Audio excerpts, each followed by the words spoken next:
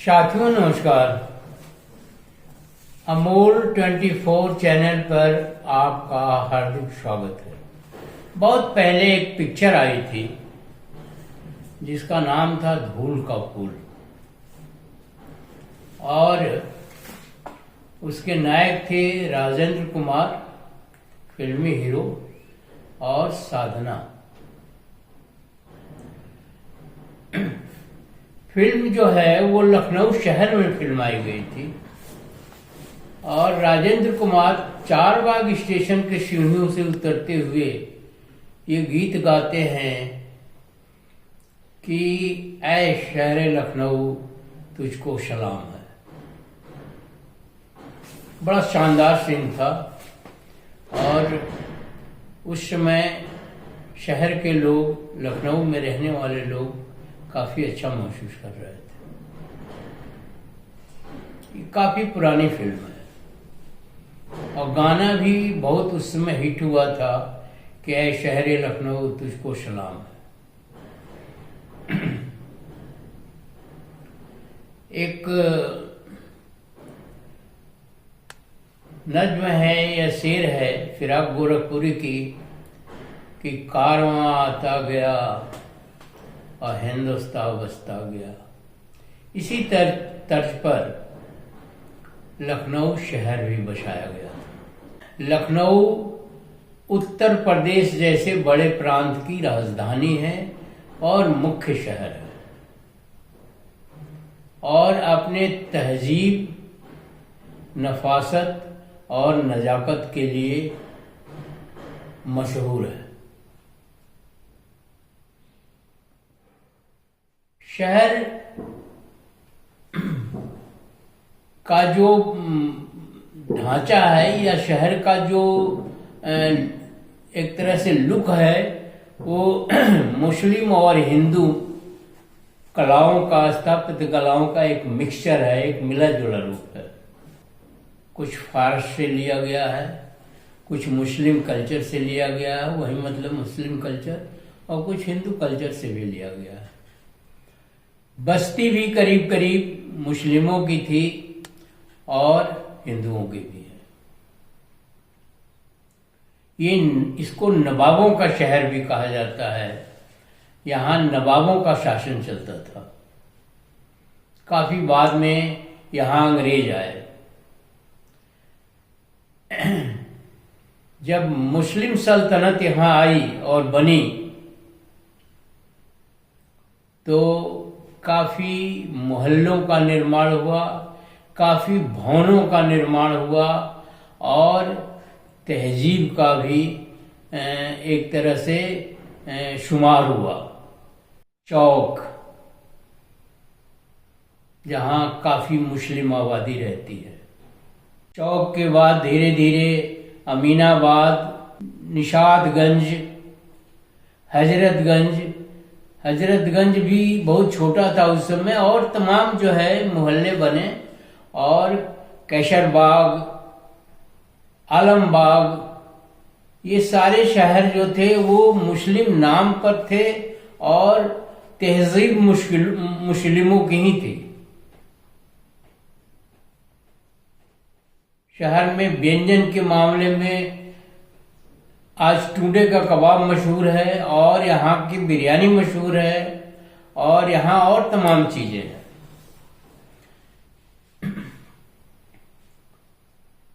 शहर में एक बैंक हुआ करता था, इलाहाबाद बैंक, जिसकी बिल्डिंग आज भी हजरतगंज के सटे है और वहाँ नवाबों का 1.5 करोड़ रुपया जमा रहता था जिससे वो बैंक चलता था। उस समय का 1.5 करोड़ रुपया आज के कई अरबों रुपए के बराबर था। इसी से राजकाज चलता था और नवाबों का एक जलवा था, नवाबों की एक संस्कृति थी, नवाबों की एक सोच थी जो शहर के रुतबे से बाहर नहीं थी। शहर का रुतबा और उनका रुतबा एक ही था। ये तो पुरानी बात हो गई। और उर्दू जो है, फारसी जो है और हिंदी मिक्स जुबान बोली जाती थी और तहजीब के मामले की बात बताएं तो 1962-63 के आसपास मैं लखनऊ जब आया था तो मुझे बलरामपुर हॉस्पिटल जाना था। एक छोटे से लड़के को जो 10-12 साल का था, उससे हमने पूछा कि भाई बलरामपुर हॉस्पिटल किधर है, तो वो लड़का बलरामपुर हॉस्पिटल ले जाके पहुंचाया हमें, और चलते वक्त उसने कहा कि आदाब अर्ज है। तो मैंने कहा इस लड़के में इतनी तहजीब है कि हमको आदाब अर्ज कर रहा है, तो हमें लगा कि अच्छा शहर है। मैं किसी अन्य शहर में रहता था। ये सिलसिला चलता रहा। फिर अंग्रेज आए। अंग्रेजों से नवाबों की लड़ाई भी हुई। तब वाजिद अली शाह यहाँ के नवाब हुआ करते थे। वाजिद अली शाह गिरफ्तार हो गए थे और उनको कलकत्ता भेजा जा चुका था, और शहर का फिजा जो है वो गमगीन होने लगा। लड़ाई का माहौल होने लगा, जो बिल्कुल शांत था, जो बिल्कुल तहजीब लिया करता था, जिसे कहा जाता था कि पहले आप, पहले आप, पहले आप, और इसमें ट्रेनें छूट जाती थी। मतलब कहने का है कि एक फिजा में ये था कि ये नवाबों का शहर है, बहुत तहजीब और यहाँ बरती जाती है। अंग्रेज आए, उन्होंने हजरतगंज बसाया, नरहीम मोहल्ला बसाया, और भी तमाम जगहों पर उनका निर्माण हुआ। और उससे पहले मुस्लिमों के समय में ही छत्र मंजिल, बंदरिया बाग, कैशर बाग और भी तमाम अच्छी अच्छी बिल्डिंगों का निर्माण हुआ और उनका नाम हुआ, और वहाँ महफिलें जमा करते थे। रूमी दरवाजा, इमाम बाड़ा, बड़ा इमाम बाड़ा, छोटा इमाम बाड़ा, और एक यहाँ नवाब हुआ करता था अशरफुद्दौला। अशरफुद्दौला के जमाने में एक बार अकाल पड़ी, तो उसने कहा लोग भूखों मर रहे हैं, इनको कैसे पैसा दिया जाए, इनका कैसे जो है वो किया जाए, एक तरह से इनकी रक्षा की जाए। तो उसने भूल भुलैया बनवाना शुरू किया, और जितनी बिल्डिंग रोज बनती थी, जितनी उसको गिरा दिया जाता था शाम को, और फिर सुबह उसी को बनाया जाता था, और लोग उसमें काम करते थे, पैसा देते थे, पैसा नवाब देते थे। और कहा जाता था कि जिसको न दे मौला उसको दे आसुफुद्दौला। धीरे धीरे शहर में अंग्रेजों का शासन हो गया, अंग्रेज आके रहने लगे। एक छोटी मोटी लड़ाइयाँ भी हुई, जिसमें वाजिद अली शाह तो अरेस्ट हो गए थे, उनकी बेगम जिसका नाम था हजरत महल, और उसका कुद्रिस या क्या करके कुछ उसका लड़का था, तो वो लड़ाई लड़ी, उदा देवी लड़ाई लड़ी, झलकारी बाई लड़ाई लड़ी, तमाम जो है वीरांगनाएं और वीर जो है लड़ाइयाँ लड़े, लेकिन हार गए और उन्हें भागना पड़ा और लखनऊ छोड़ना पड़ा। ऐसा एक इतिहास हम बता रहे हैं। शतरंज फिल्म भी यहीं बनी। अब धीरे धीरे अंग्रेजों का शासन भी खत्म हो गया। अंग्रेजों का शासन खत्म हुआ, अंग्रेज भी यहां से चले गए। अब देशी हुकूमत आ गई, अपने देश की हुकूमत आ गई। मुख्यमंत्री थे गोविंद वल्लभ पंत। काफी अच्छी पर्सनालिटी थी, काफी अच्छा रुतबा था, और वो पहाड़ के रहने वाले थे। पहाड़ में मैं रहा हूँ, और पंत वहाँ के नंबर 1 ब्राह्मण थे। जिनको ऊंची धोती के ब्राह्मण बोलते हैं। पंत केवल जोशियों में शादी करते हैं और कहीं शादी नहीं करते। तो ऊंचा रुतबा था। धीरे धीरे धीरे धीरे तमाम शासन आए और बहुजन समाज पार्टी का भी शासन हुआ काशीराम के नेतृत्व में, और तमाम दलित और पिछड़ी जातियां शासन में आई पहली बार। और उसमें उन्होंने मायावती मुख्यमंत्री बनी और मायावती जी ने तमाम स्मारक बनवाए, तमाम भव्य इमारतें बनाई जो बहुजनों से संबंधित थी। अंबेडकर, काशीराम, तमाम लोगों के मूर्तियां भी लगाई गई। उसमें ज्योतिबा फुले, छत्रपति साहू जी महाराज, तमाम जो पिछड़े और दलितों के महापुरुष थे उनके फोटो लगे, वो मूर्तियां बनी और एक स्मारक बना अंबेडकर पार्क के नाम से और काशीराम स्मारक के नाम से। बसपा का भी शासन चला गया। फिर मुलायम सिंह का शासन आया। मुलायम सिंह के जमाने में भी काफी हलचलें रहीं। लखनऊ से कुछ दूरी पर एक जगह है फैजाबाद, जो अब अयोध्या बन गई है। अयोध्या शुंग काल में उसको अयोध्या बोला जाता था, जो मुस्लिम नवाबों के समय में वो फैजाबाद बन गया। फिर उसको जो है वर्तमान शासकों ने उसे अयोध्या का नाम दिया, जो शुंग काल में अयोध्या शुंग राजाओं की राजधानी थी। पुष्यमित्र शुंग, जिनकी प्रतिक्रांति मशहूर है और जिन्होंने बौद्धों की हत्या करके या बौद्धों का विनाश करके या बौद्ध विहारों का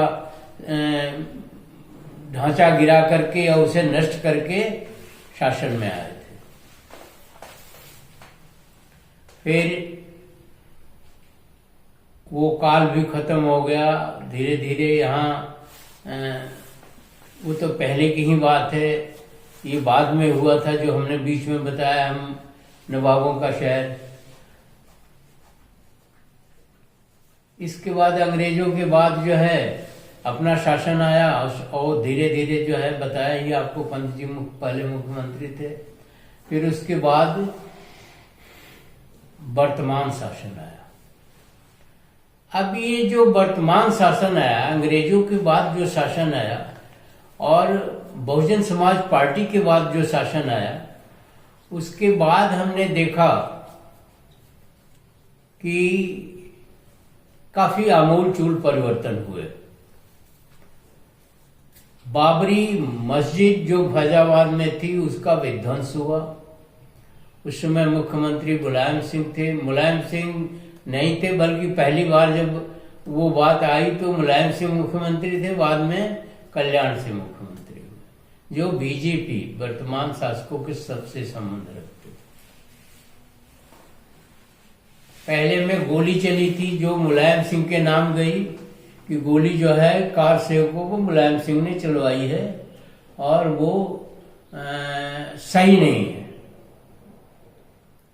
फिर कल्याण सिंह जो है उनके जमाने में बाबरी मस्जिद विध्वंस हुई, आडवाणी जी, लाल कृष्ण आडवाणी के नेतृत्व में।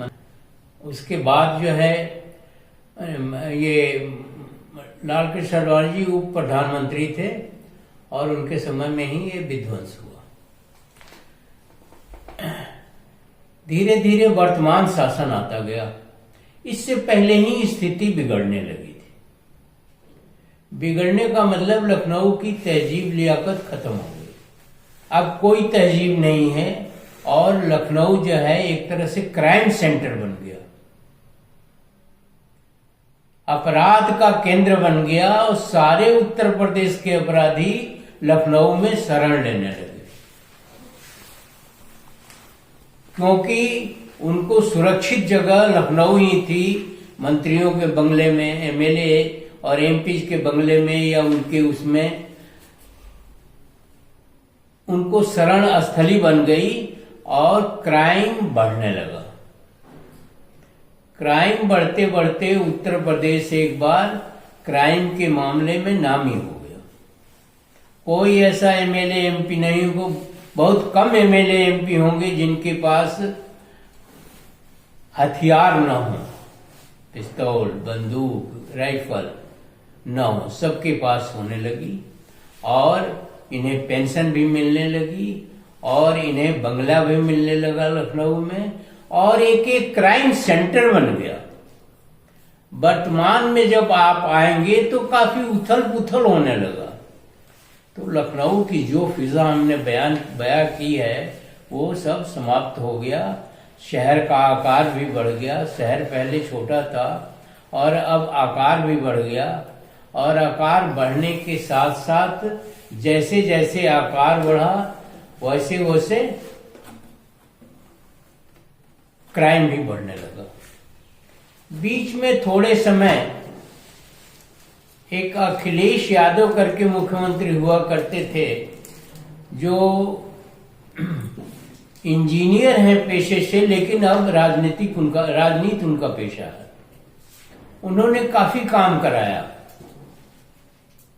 मायावती जी ने बहुजनों के महापुरुषों का स्मारक बनवाया और अखिलेश यादव ने शहर के अंदर गोमती नगर का विस्तार हुआ, इक्याना स्टेडियम बना, चकगंजरिया फार्म बना, कैंसर हॉस्पिटल बना, लोहिया हॉस्पिटल बना। तमाम तरह के जो है काम हुए जो जन सुविधाओं से संबंधित थे और उसमें एक प्रगति हुई। प्रगति के बाद जो है वर्तमान शासन आया, वर्तमान मुख्यमंत्री आए, तब यहाँ स्थिति पुनः बदलने लगी और विकास की जगह पर एक अलग दिशा में काम होने लगा। वो था हिंदू मुस्लिम और मस्जिद तोड़ के मंदिर का निर्माण भी हुआ और मस्जिदें भी तोड़ी गईं। ज्ञानवापी बनारस और मथुरा का भी मामला चला और काफी एक तरह से अराजकतापूर्ण माहौल रहा। सोच सोच की बात है, शहर शहर की बात है। किसी ने शहर बसाया था, बड़ा अमन सुकून था, किसी ने उस अमन सुकून को खत्म किया, वो भी एक नज़ारा था। अभी तमाम जो है तोड़ फोड़ हुए हैं, बुलडोजर चले हैं, ठोको राजनीति चली है और उत्तर प्रदेश का माहौल या लखनऊ एक तरह से असुरक्षित हो गया। यहाँ बताया ही आपको, सारे एमपी एमएलए जो है क्रिमिनल्स आने लगे, सबके पास वेपन्स हथियार होने लगे और माहौल जो बोलचाल की भाषा थी, काम करने की शैली थी, वो सारी की सारी बदल गई। और लखनऊ को जो गौरव प्राप्त था कि ये नवाबों का शहर है, तहजीब का शहर है, वो पूरी तरह से ध्वस्त हो गया, पूरी तरह से समाप्त हो गया। और आज की डेट में सिर्फ तोड़ फोड़ की राजनीति हो रही है, कोई भी विकास नहीं हो रहा है, कोई भी सामाजिक सौहार्द नहीं है और किसी तरह की कोई समुचित काम नहीं हो रहा है। अब जहाँ हथियार लेकर के एमएलए एमपी रहेंगे और जहाँ और भी संवैधानिक पदों पर बैठे हुए लोग जो है हथियार लेके चलेंगे और शहर में गुंडागर्दी होगी, तो उसको कैसे सुरक्षित कहा जाएगा। बुलडोजर चलने लगे और तमाम जो है घर जो है गिराए जाने लगे, तो एक माहौल जो है वो बिगड़ गया। अब इस बिगड़े माहौल में को और बिगड़ता जा रहा है। ऐसी स्थिति में हम तो यही निवेदन करेंगे शासकों से कि इस शहर की जो पुरानी गरिमा है, इस शहर का जो पुराना गौरव है, इस शहर का जो एक नजाकत और नफासत की बात है, उसके बारे में भी सोचा जाए और इस शहर को, इस प्रदेश को एक नई सोच, एक नई दिशा, एक नया आयाम दिया जाए, ताकि इस शहर के रहने वालों की गरिमा धूमिल न हो और बाहर में इसकी गरिमा बरकरार रहे। इसी के साथ वीडियो समाप्त करते हैं। आशा है वीडियो आप पढ़ेंगे, समझेंगे, सोचेंगे। वीडियो को लाइक, शेयर और सब्सक्राइब करेंगे। धन्यवाद। जय लखनऊ, जय भारत।